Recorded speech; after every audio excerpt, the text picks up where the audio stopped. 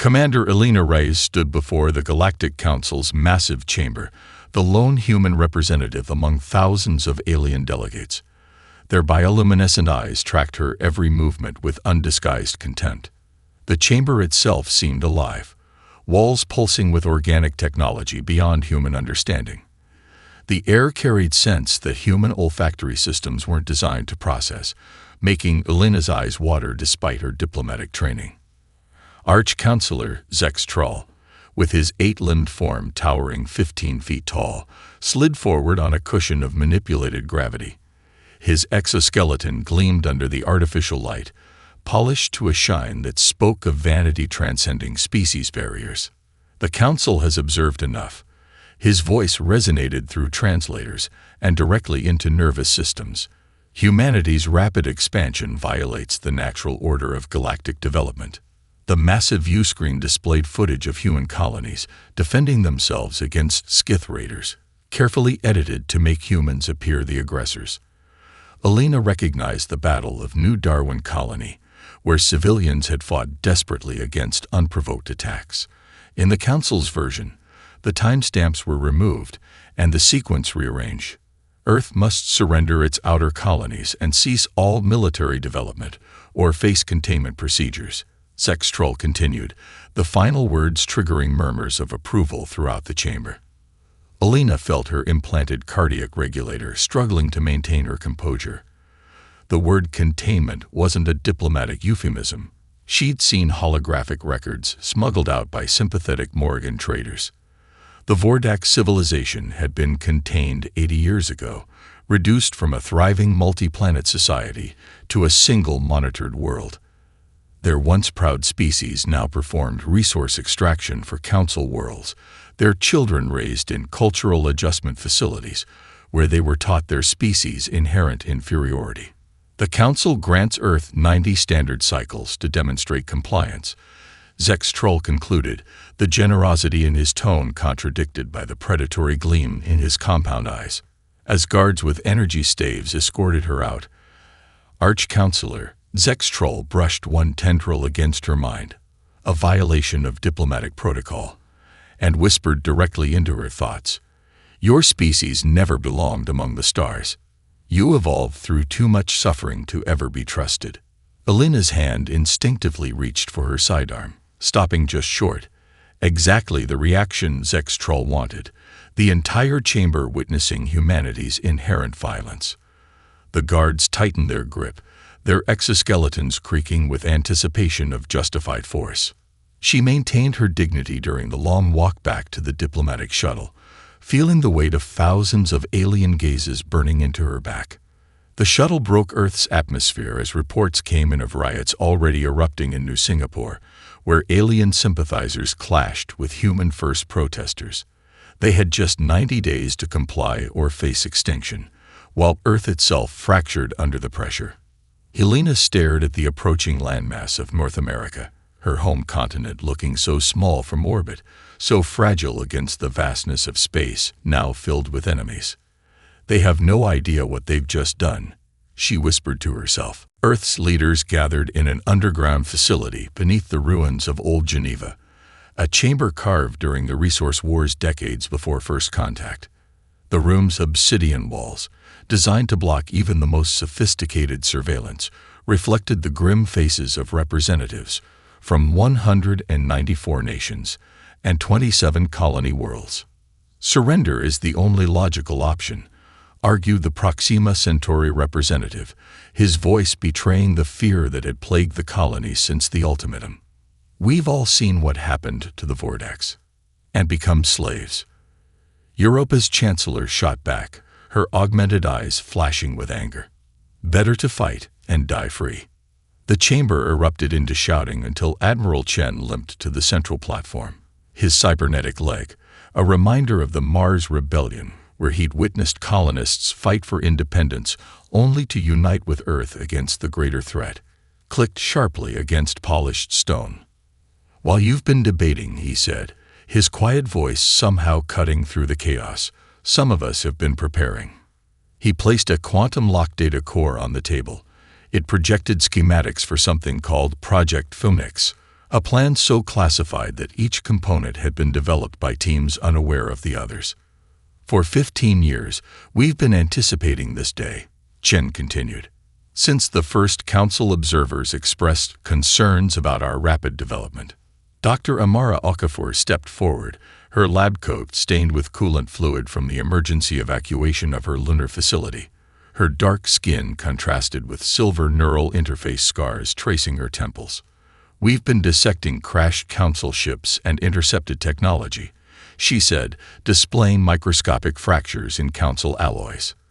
Their supposedly impenetrable defense systems have exploitable flaws. They evolved in environments with predictable physics. Earth's chaotic development forced us to think differently. Holographic projections showed hidden research stations camouflaged as mining operations, funding diverted through shell corporations, technological breakthroughs deliberately underreported to council observers. They've been watching us, Chen said, but not closely enough.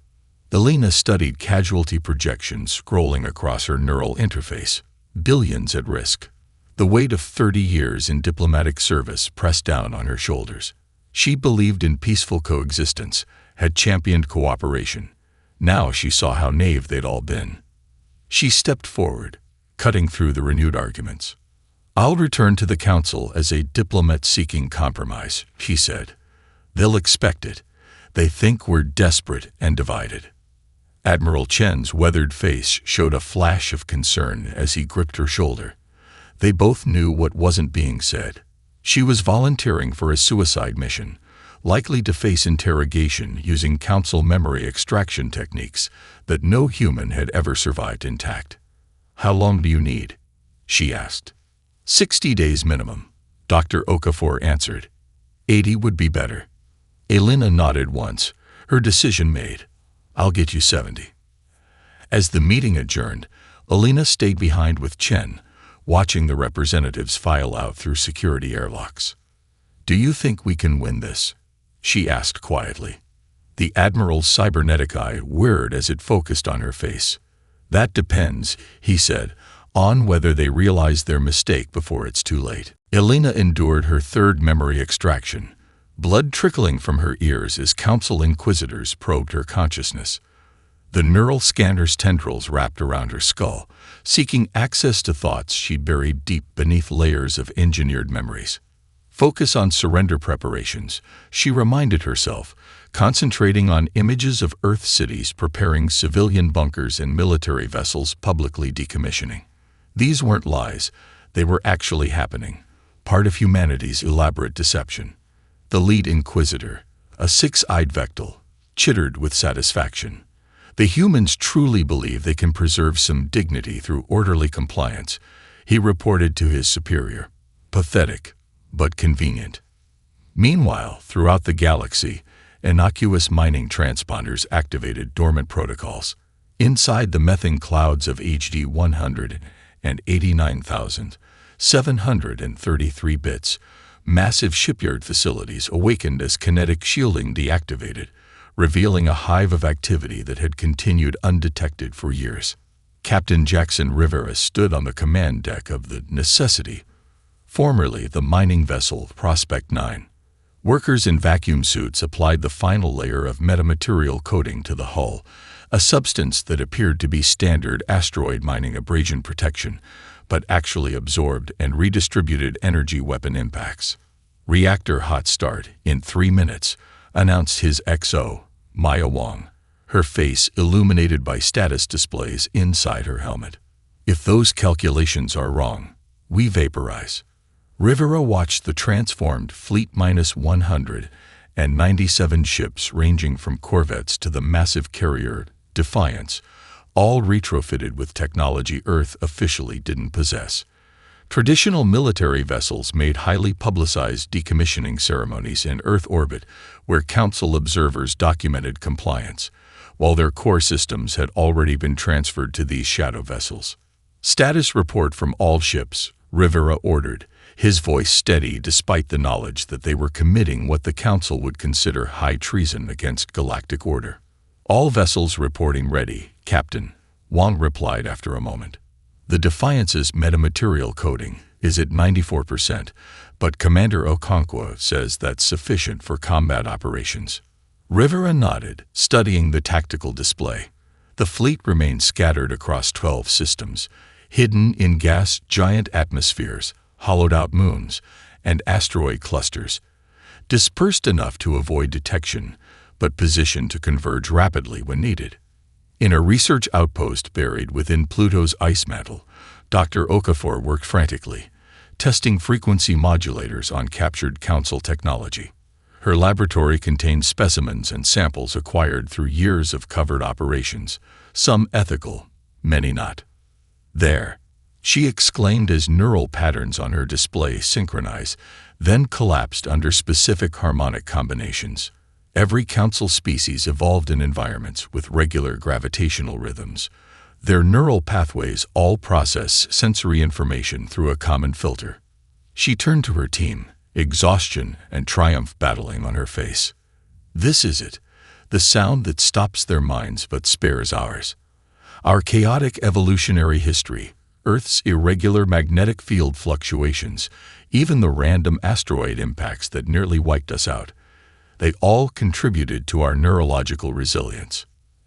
As she transmitted the findings through quantum-entangled communicators impossible for the Council to detect, the pieces of humanity's desperate gamble fell into place. The countdown to either extinction or survival had begun. 3 days before the deadline, Alina was summoned to finalize surrender terms. Walking through the Council station's bioluminescent corridors, her implanted sensors detected unusual energy signatures. The station's defense grid powering up, communication buoys launching in unprecedented numbers. A Morgan trader passed her in the corridor, 3 of his eyes blinking rapidly in their species' warning signal. Alina nodded imperceptibly. Something was happening. She entered not a diplomatic chamber, but an amphitheater filled with representatives from Council client races. Massive screens displayed real-time footage. A Council armada emerging from fold space at the edge of the Sol system. Over 3,000 warships, far beyond the peacekeeping force promised in negotiations. "The human representative will witness preliminary containment procedures," announced Zextrol as security drones surrounded Alina. "Humanity's deception has been documented. Their continued military development occurs even as they feign compliance." The screen showed Eden Colony on Mars being bombarded, but Alina recognized the footage. It wasn't a live feed but recordings from the Ceres Rebellion 5 years earlier, manipulated to appear current. "This is falsified footage," she stated loudly, drawing gasps from some of the newer Council member species. "That's the Ceres uprising from 5 years ago." "Silence the human," Zextrol ordered, his tentacles rippling with anger. Guards restrained her with neural dampeners, the devices sending painful feedback loops through her nervous system. Zextrol approached, caressing her face with a tendril. "You believed we would allow your kind 90 days to prepare. Your species' predictable sentimentality is its greatest weakness." The amphitheater filled with appreciative clicks and whistles from assembled dignitaries as Alina was dragged toward interrogation chambers. Zextrol followed, entering a private elevator tube where, believing they were unobserved, he revealed their true plan to his inner circle. "Containment is merely the first phase," he said, activating a holographic display of Earth's biosphere. "Analysis confirms human biochemistry contains the Lazarus compound we've sought for millennia. Their chaotic evolution, the very reason we distrust them, has produced the key to extending our lifespans tenfold. Begin harvesting preparations. Breeding populations will be established on reserve worlds." Alina, though partially paralyzed by the neural dampener, managed to activate her subdermal recorder through emergency eye blink patterns. The pain was excruciating, but she forced herself to remain conscious. On Earth, cities activated blackout protocols as early warning systems detected the approaching armada. Civilian bunkers filled while apparent panic spread, all carefully choreographed to appear as disorganized terror to Council observation platforms. In a command center beneath Mount Fuji, Admiral Chen received confirmation of the Council's early arrival. His face betrayed nothing as officers awaited his command. Decades of planning, countless sacrifices, all for this moment. He took a breath and spoke 7 words that would change galactic history. They came early. Good. Execute Phoenix Protocol. Throughout the solar system, hidden installations powered up. Buried beneath the lunar surface, electromagnetic pulse generators began charging. In the Kuiper Belt, stealth platforms locked targeting systems. And in the shadows of gas giants, Rivera's fleet prepared to reveal itself. The Council had made their move. Now humanity would make theirs. High Commander Varel of the Council Armada watched with satisfaction as his dreadnoughts approached Earth's orbit. Tactical displays showed minimal resistance, just as expected from a primitive species about to be harvested. Begin standard containment pattern, he ordered, mandibles clicking in pleasure. Target their defensive installations first, then communication nodes.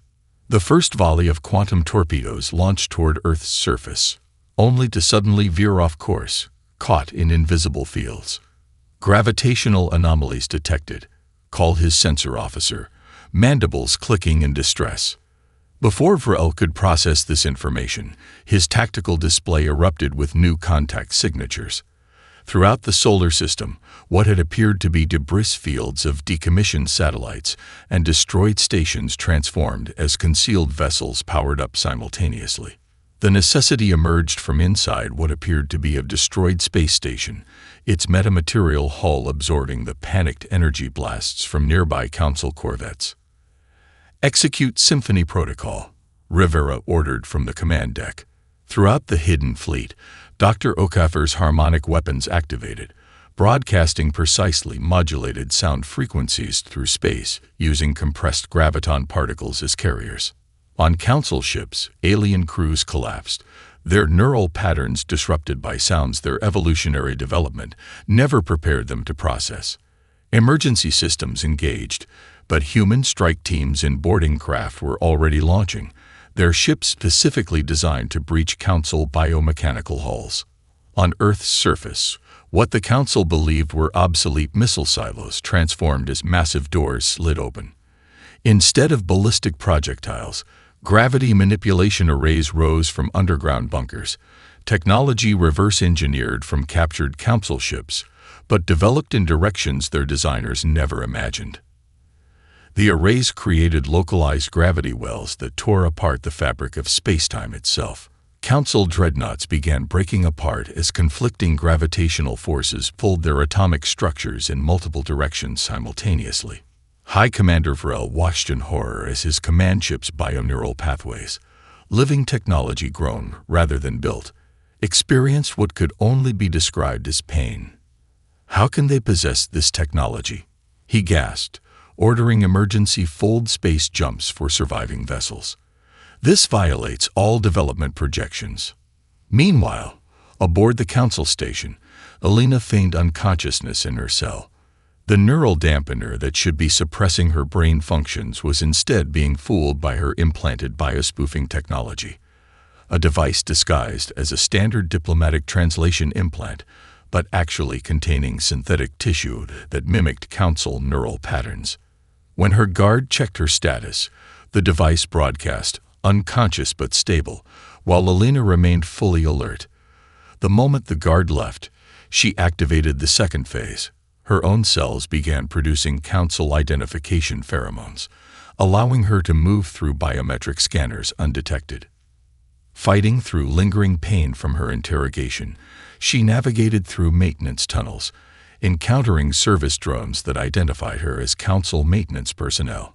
She reached the station's quantum communication hub, a chamber pulsing with bioorganic technology, containing instantaneous links to every Council world. Blood dripping from her reopened wounds, Alina connected her subdermal recorder to the communications array. Humanity's counterattack had begun. Now it was her turn to reveal the Council's true face to the galaxy. As the surviving Council ships retreated in disarray, Admiral Chen stood before a holographic display of the galaxy in the Mount Fuji Command Center. Tactical officers reported the Sol system secured, but Chen's expression remained grim. "They'll regroup and return with a force 10 times larger," he stated. "We've surprised them once. We won't get a second chance. He turned to face the assembled leadership of Earth and its colonies. It's time for Phoenix Rising. Beneath the ice plains of Europa, massive power generators activated, drawing energy from the moon's subsurface ocean through thermal differentials. Inside a chamber protected by 50 meters of ice and quantum lock shields stood humanity's greatest technological achievement, and its most carefully guarded secret. Independent Fold Space Initiators Online, reported Dr. Kagawa, lead physicist of the Covert development team. Probability matrices stabilizing at 99.4%. Unlike Council jump technology, which required massive fixed gates built at enormous expense, humanity's innovation allowed for mobile, self-contained jumps. Council scientists had declared such technology theoretically impossible. Their mathematical models couldn't account for the chaotic variables human physicists incorporated, inspired by Earth's unpredictable weather patterns.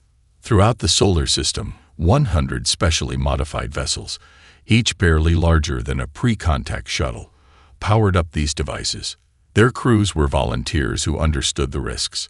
The technology had been tested only 7 times with living subjects, with a 62% survival rate. Admiral Chen activated a secure channel. This is Phoenix Actual to all Firebird units. You know your targets. Remember, no civilian casualties. We are not them. Simultaneously across 3 sectors of Council space, human vessels materialized inside the defensive perimeters of key military installations. Council commanders had no time to respond. Their own defensive protocols required authentication from Central Command, a bureaucratic safety measure that became their undoing when faced with humanity's decentralized attack. On the fortress world of Kextol, administrative hub for the Council's 7th Fleet, Commander Sonya Volkov's ship appeared directly above the primary defense matrix control center.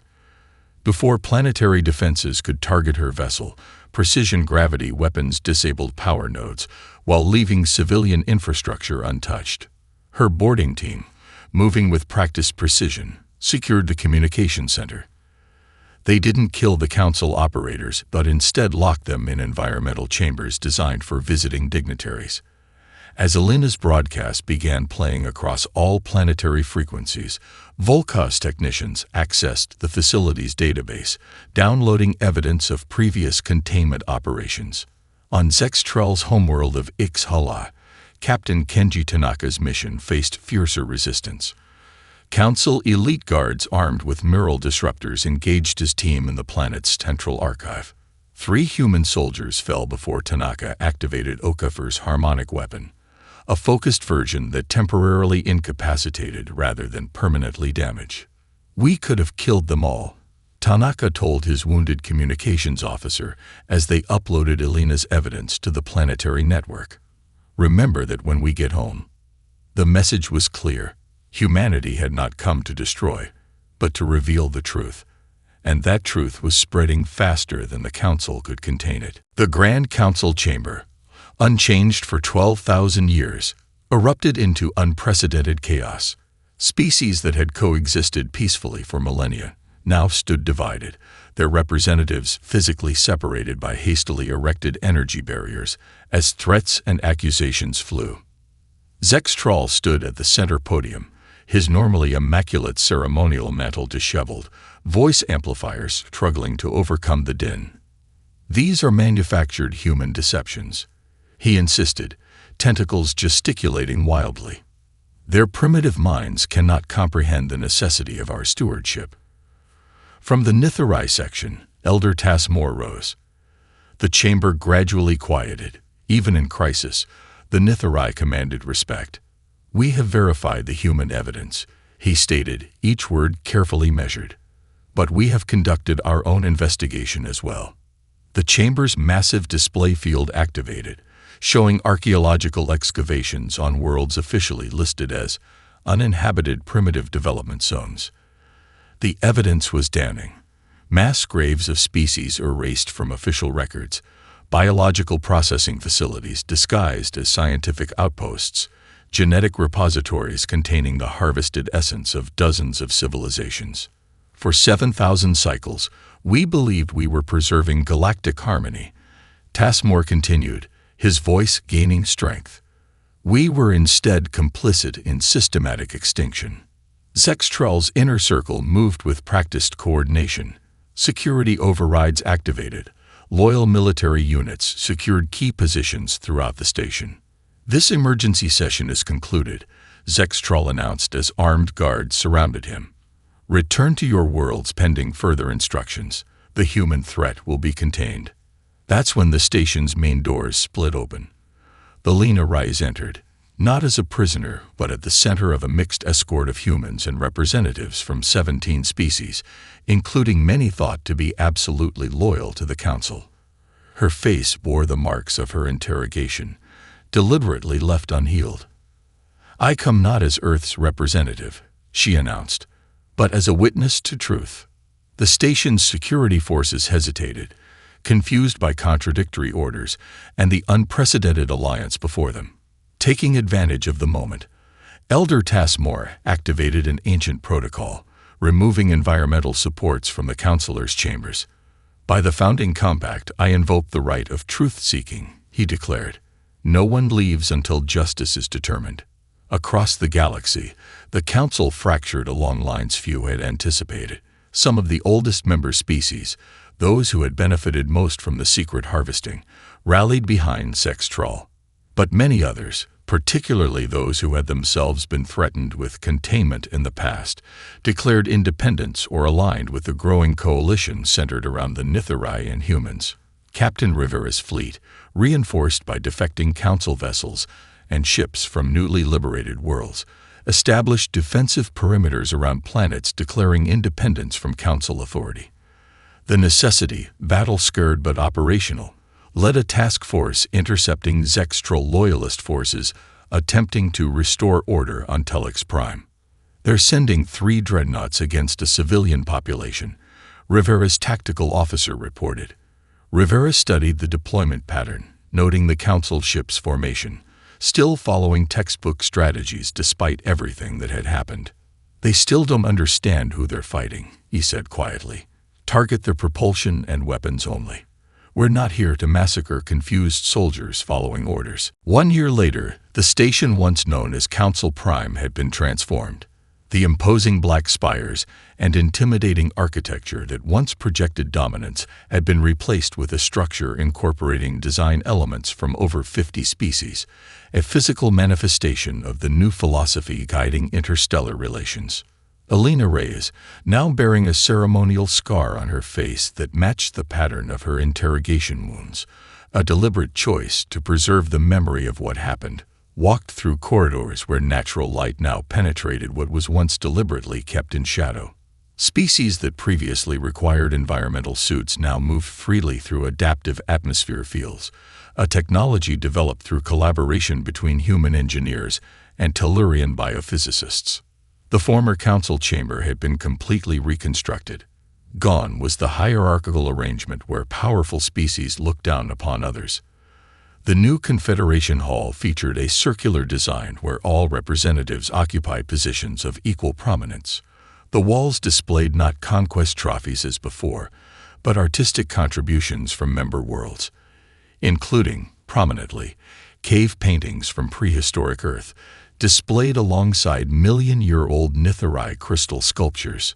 Representatives from over 300 worlds, including 79 previously listed as pre-spaceflight observation only or scheduled for containment, gathered for the ratification ceremony. Elder Tassmore, serving as interim coordinator, presented the Galactic Confederation Charter for final approval. This document, he explained, represents not one vision but many. It incorporates human concepts of individual rights alongside Kirsharan communal obligations. It balances Movidian absolute transparency with Terrellian privacy protocols. Most importantly, it ensures no species, however ancient or advanced, can unilaterally determine another's fate. The vote passed unanimously, each representative recording their approval through their species' traditional method, some verbally, others through biochemical signatures, still others through complex mathematical confirmations. Sextral and his inner circle, finally captured after attempting to establish a rogue state in a distant sector, faced their punishment, not execution or imprisonment, but assignment as diplomatic representatives to worlds they had marked for harvesting. Their biological immortality treatments discontinued, they would live only their natural lifespan while personally participating in restoration efforts. After the ceremony, Admiral Chen and Captain Rivera stood on an observation deck, watching vessels from dozens of species navigating the space around the station. Rivera's arm rested in a regeneration sleeve, still healing from the final battle. "Do you think they'll ever underestimate us again?" he asked. Chen looked at the diverse assembly working together and replied, "That's not what matters. What matters is that we didn't become like them when we had the chance." The final image showed human ships and alien vessels conducting joint operations to free the last of the contained worlds, bringing them into a new era of galactic cooperation, all because the Council had made their worst mistake. They had pushed humanity too far.